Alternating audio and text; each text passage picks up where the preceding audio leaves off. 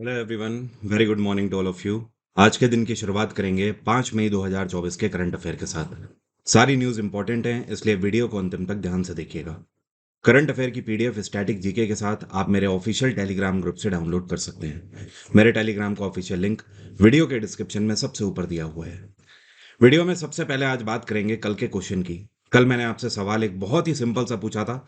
मेरा सवाल आपसे यह था कि पल्लव राजवंश की कैपिटल क्या थी। तो पल्लव डायनेस्टी जो है, इसकी कैपिटल थी कांचीपुरम। क्या बोलते हैं इसे?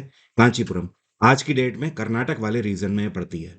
अब पल्लव वंश के बारे में कुछ चीजें जान लेते हैं। इंडिया के मैप में अगर हम देखें तो उस टाइम पर यह डायनेस्टी इन पूरे रीजन्स पे अपना शासन किया करती थी। मतलब आप ये बोल सकते हो, दक्षिण भारत में जो कि द्रविड़ों का क्षेत्र हुआ करता था, वहां पर पल्लव राजवंश ने 275 ईस्वी में स्थापना करी थी। और जितने भी तमिल और तेलुगु रीजन हुआ करते थे, वहां पर पल्लव डायनेस्टी का रूल हुआ करता था।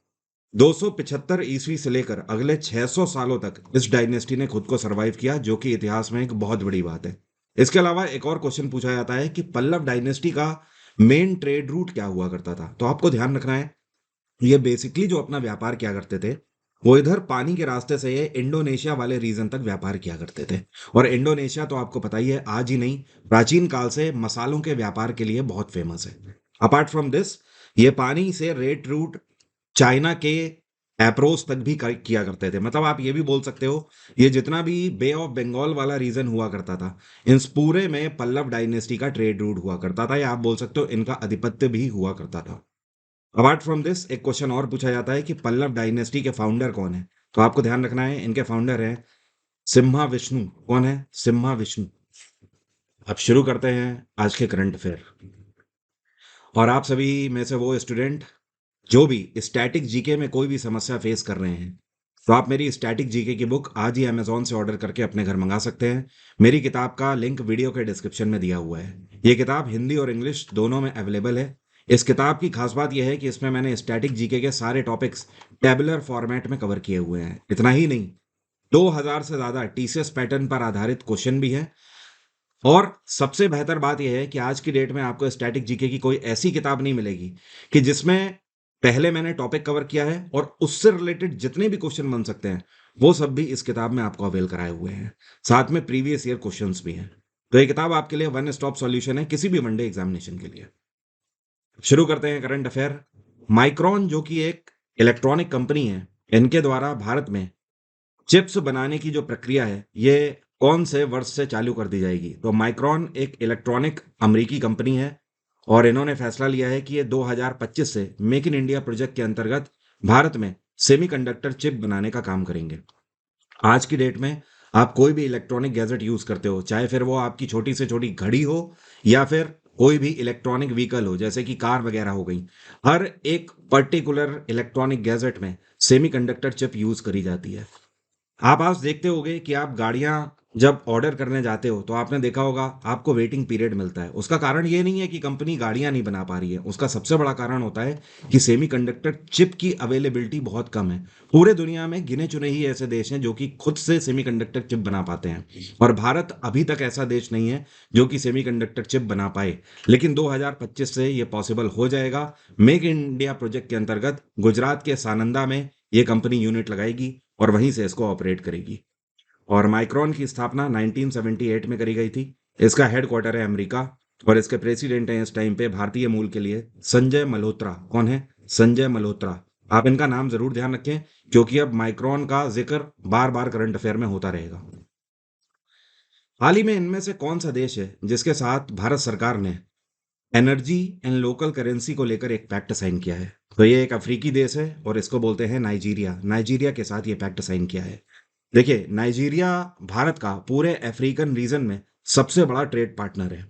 लेकिन एक बहुत बड़ा झटका मिला है भारत और नाइजीरिया के ट्रेड को। मैं आपको बता दूं, 2022 से 23 के सत्र में जो नाइजीरिया और भारत के बीच में बाइलैटरल रिलेशन थे, वो करीब करीब 12 बिलियन डॉलर के हुआ करते थे।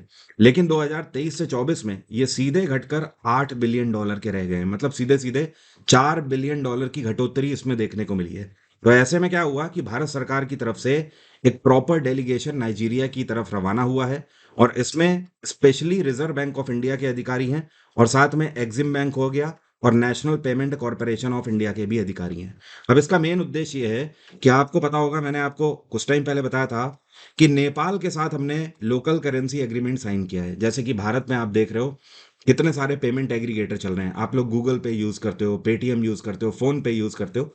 उसी तरीके से नेपाल सरकार ये चाहती है कि वो भी इन पेमेंट एग्रीगेटर्स को यूज करें, लेकिन हमारे पास तो अपने make in India based aggregator हैं, नेपाल के नहीं है। तो अल्टीमेटली एनपीसीआई के द्वारा नेपाल के अंदर भारत की तरफ से लोकल करेंसी सेटलमेंट स्थापित किए गए हैं। जाहिर सी बात है, नेपाल के अंदर जितने भी ट्रांजैक्शन होंगे उसका कमीशन भारत सरकार को भी मिलेगा। इसी तरीके से नाइजीरिया को सपोर्ट करने के लिए भी अब लोकल करेंसी सेटलमेंट पैक्ट हम इनके साथ साइन करेंगे, और साथ में एनर्जी से रिलेटेड भी पैक्ट होंगे। नाइजीरिया की कैपिटल क्या है? इसको बोलते हैं अबूजा। क्या बोलते हैं? अबूजा। इजिप्ट की कैपिटल है कायरो, ईरान की कैपिटल तेहरान, एंड बांग्लादेश की कैपिटल है ढाका। ये कौन सी भारतीय हैं जिनको वेटले गोल्ड अवार्ड 2024 से सम्मानित किया जाएगा? और वेटले गोल्ड अवार्ड, इसी को ग्रीन ऑस्कर के नाम से भी जाना जाता है। तो जो आपको पिक्चर में दिखाई दे रही हैं, ये आसाम से बिलोंग करती हैं और इनका नाम है पूर्णिमा देवी बर्मन। इन्होंने 2 डिकेड्स तक पर्यावरण को बचाने का काम किया है। किस तरीके से वो आपको बता देता हूँ।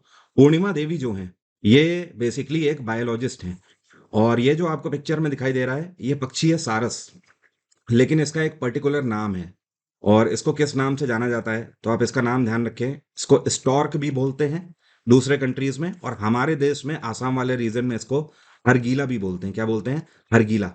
एक तरीके का सारस है, और जिसकी प्रजाति लगातार विलुप्त होती जा रही थी, तो इसको बचाने का काम किया है पूर्णिमा देवी वर्मन ने, जिसके लिए इनको विटले गोल्ड अवार्ड 2024 से सम्मानित किया जाएगा।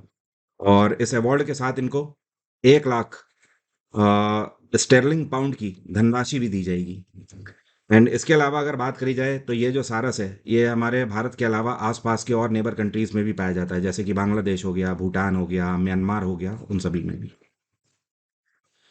वर्ल्ड प्रेस फ्रीडम डे कौन से दिन मनाया जाता है? हिंदी में इसी को विश्व प्रेस स्वतंत्रता दिवस के भी नाम से जाना जाता है। तो ये दिवस हर साल 3 मई को मनाया जाता है। इसको मनाने के पीछे का मेन उद्देश्य यह है कि दुनिया में हर एक देश में हर एक सरकार को ये एश्योरेंस रखनी चाहिए कि उनके देश में जो प्रेस है वो अनबायस्ड होकर काम करे। कहने का मतलब यह है कि न्यूज़ में ऑथेंटिसिटी हो, फेक न्यूज़ ना फैलने पाए, जिसके लिए यह दिवस मनाया जाता है। इस दिवस को पहली बार 1993 में यूनाइटेड नेशंस जनरल असेंबली के द्वारा मनाया गया था। ये कौन सी इंश्योरेंस कंपनी है जिसके द्वारा एक नया कैंपेन चलाया गया है, और इस कैंपेन का नाम है नो झंझट लाइफ इंश्योरेंस फटाफट। तो ये जो कैंपेन है इसको चलाने वाली कंपनी है एचडीएफसी लाइफ इंश्योरेंस। अब ये जो कैंपेन है, इस कैंपेन के अंतर्गत एचडीएफसी लाइफ ने एक नया एप्लीकेशन लॉन्च किया है, और आप इस एप्लीकेशन की मदद से इनसे कोई भी इंश्योरेंस पॉलिसी ले सकते हैं, जैसे कि एक्सीडेंटल इंश्योरेंस हो गया, लाइफ इंश्योरेंस हो गया, ठीक है, apart from this routine checkup insurance हो गए। कई तरीके के प्रोडक्ट हैं, उन सारे प्रोडक्ट को आप एक ही प्लेटफॉर्म पे अवेल कर सकते हो। H D F C life subsidiary है H D F C bank की। इसकी स्थापना साल 2000 में करी गई थी। हेडक्वार्टर है इसका मुंबई, और इसकी सीईओ हैं विभा पदलकर। क्या नाम है? विभा पदलकर। ये कौन है जिनको H D F C bank के पार्ट टाइम चेयरपर्सन के रूप में एक बार फिर से अपॉइंट किया गया है? तो H D F C bank के पार्ट टाइम चेयरपर्सन अभी तक अतानु चक्रवर्ती हुआ करते थे। एक बार फिर से इनको टेन्योर को रिन्यू कर दिया गया है रिजर्व बैंक ऑफ इंडिया की तरफ से।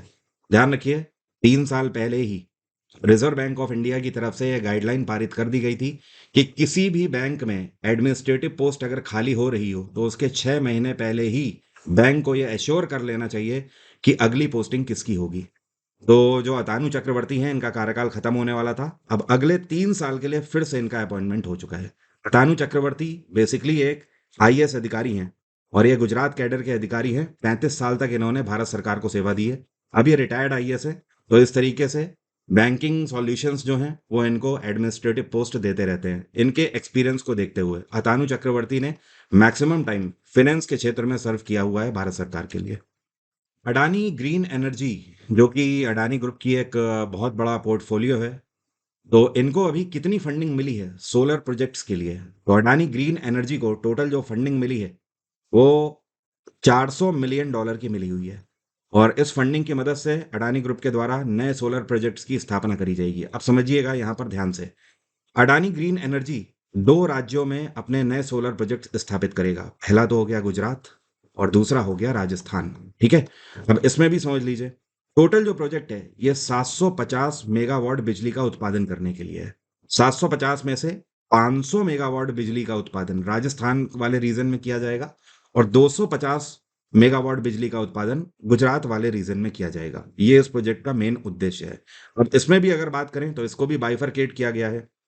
जैसे कि अगर बात करें तो करीब करीब 7,000 मेगावाट बिजली का उत्पादन सोलर एनर्जी से किया जाएगा। मतलब आपको पता ही है, सोलर पैनल्स आपने देखा होगा छतों पे लगे रहते हैं, तो सूर्य की किरणें जब उसके ऊपर पड़ती हैं तो जाहिर सी बात है वो एक अपने आप में फोटोवोल्टिक प्रक्रिया है जिसके अंतर्गत बिजली का उत्पादन होता है।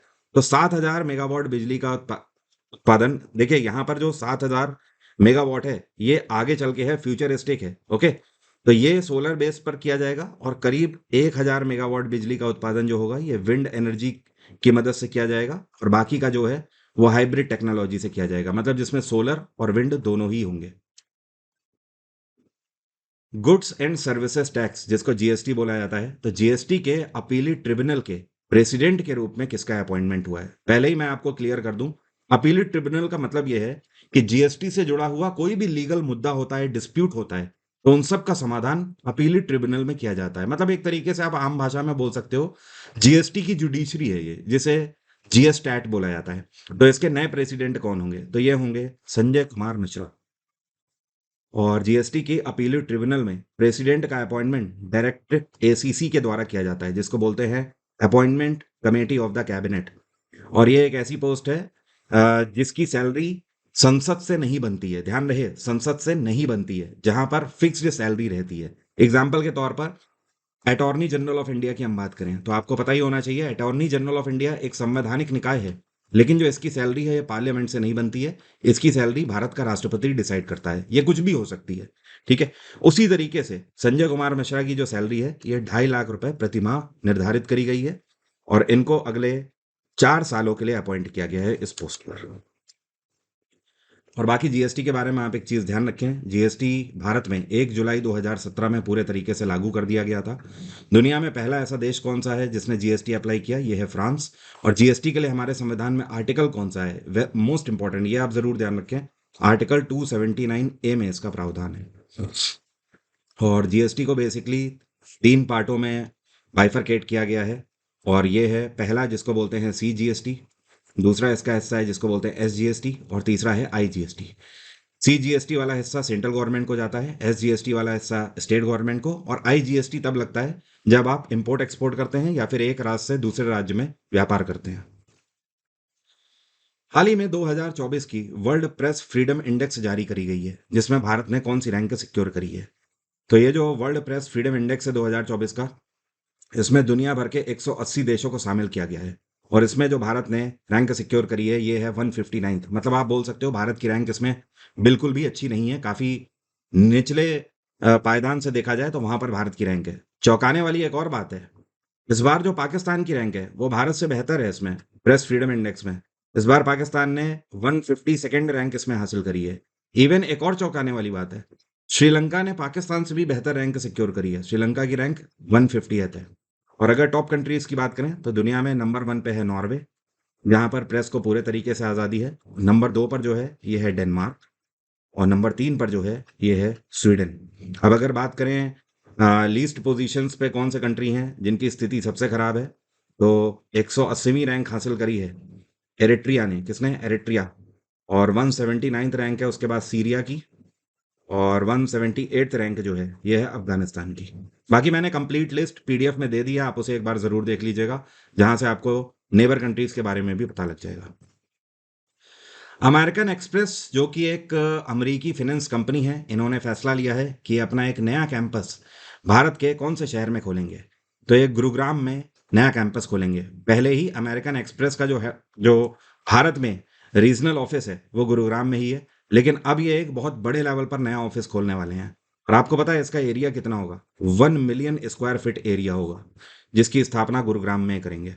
अमेरिकन एक्सप्रेस बहुत पुरानी कंपनी है, 1850 में इसकी स्थापना करी गई थी। इसका हेडक्वार्टर है न्यूयॉर्क और इसके सीईओ हैं स्टीफन जे स्क्वेरी। क्या नाम है? स्टीफन जे स्क्वेरी। बेसिकली ये कंपनी भारत में क्रेडिट कार्ड प्रोवाइड कराती है और क्रेडिट कार्ड के थ्रू लोन बांटने का काम करती है। लेकिन इनके जो क्रेडिट कार्ड होते हैं वो बहुत ही प्रीमियम होते हैं, मतलब नॉर्मल इनके जो यूजर्स हैं वो नॉर्मल नहीं होते हैं, काफी ज्यादा उनका पे बेस होता है, तब जाकर वो अमेरिकन एक्सप्रेस के लिए एलिजिबल हो पाते हैं। ये कौन से देश के ऑडिटर जनरल हैं जिन्होंने भारत के controller and auditor general of India के साथ ऑडिटिंग में कोलैबोरेशन को एनहांस करने के लिए पैक्ट साइन किया है? जाहिर सी बात है, आपको पता है सीएजी जिसको बोलते हैं, controller and auditor general of India, ये भारत का एक संवैधानिक निकाय है। इसका उल्लेख हमारे संविधान में आर्टिकल 148 में किया गया है।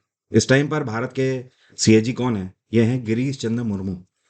और ये देश कौन सा है जिन्होंने पैक्ट साइन किया है? तो ये है नेपाल। नेपाल के इस टाइम पर ऑडिटर जनरल जो है, इनका नाम है तोयम राया। क्या नाम है? तोयम राया। तो ये भारत में ऑफिशियल विजिट पे थे और अब नेपाल चाहता है भारत सरकार उनको ट्रेनिंग दे कि किस तरीके से भारत में ऑडिटिंग करी जाती है, केंद्र सरकारों की और राज्य सरकारों की।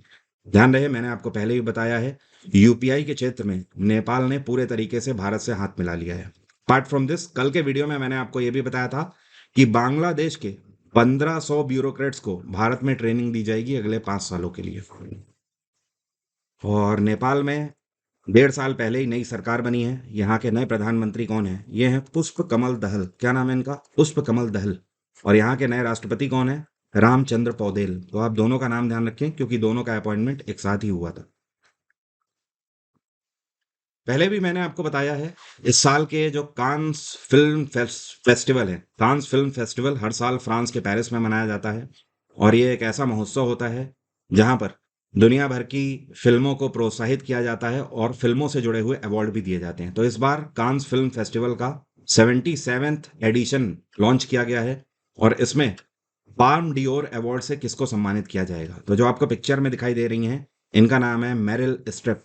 ये हॉलीवुड की एक्ट्रेस है और पिछले 5 दशकों तक इन्होंने हॉलीवुड में काम किया है, मतलब पिछले 50 सालों से काम कर रही हैं हॉलीवुड में। और आज तक आपको जानकर हैरानी होगी, टोटल जो इनके नॉमिनेशंस हैं, 21 बार ये ऑस्कर में नॉमिनेट करी गई हैं, जिसमें से 3 बार इन्होंने ऑस्कर जीता भी है। तो मेरिल स्ट्रिप को इस बार पैम डियोर अवार्ड से सम्मानित किया जाएगा कांस फिल्म फेस्टिवल में। और समर ऑफर चल रहा है एग्जाम इंजन एप्लीकेशन में, जिसमें फ्लैट 30% डिस्काउंट है मेरे जीएस के फाउंडेशन बैच में, तो आप उसे अवेल कर सकते हो। और मेरा जो जीएस का फाउंडेशन बैच है उसमें मैंने क्या क्या किया, कवर किया हुआ है, वो आप यहाँ से देख सकते हैं। History, polity, geography, science, economics, computer, साथ में 1 लाइनर क्रैश कोर्स भी है और पिछले 5 सालों के पीवाईक्यूज भी मैंने कवर किए हुए हैं।